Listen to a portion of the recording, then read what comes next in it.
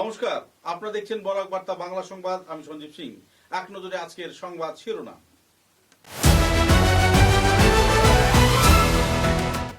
শিলচর শহরে high court permanent bench স্থাপনের ক্ষেত্রে চিফ জাস্টিসের সবুজ সংকেত, মুখ্যমন্ত্রী দিলেন আশ্বাস।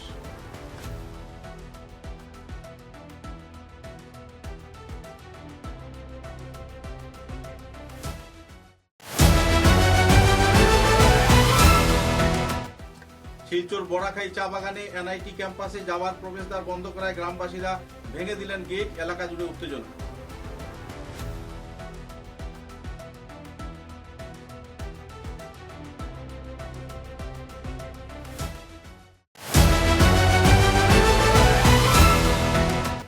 শিলচর শ্মশানঘাটের পুকুরকে কেন্দ্র করে জনমনে তীব্র ক্ষোভ। নরককুণ্ডে স্নান করতে হচ্ছে শ্মশান যাত্রীদের।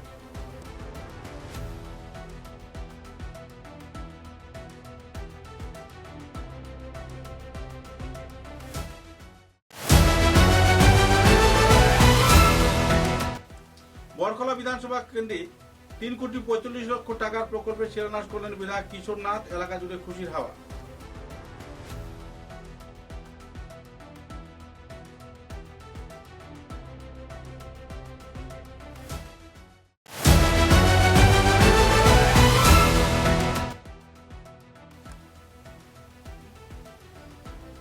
নরেন্দ্র মোদী ও অমিত শাহের আস্থার উপর ভিত্তি করে তৃণমূল কংগ্রেস ছাড়ার সময় কোনো শর্ত রাখেননি সুস্মিতা, তথ্য দিলেন সাংবাদিকদের কাছে।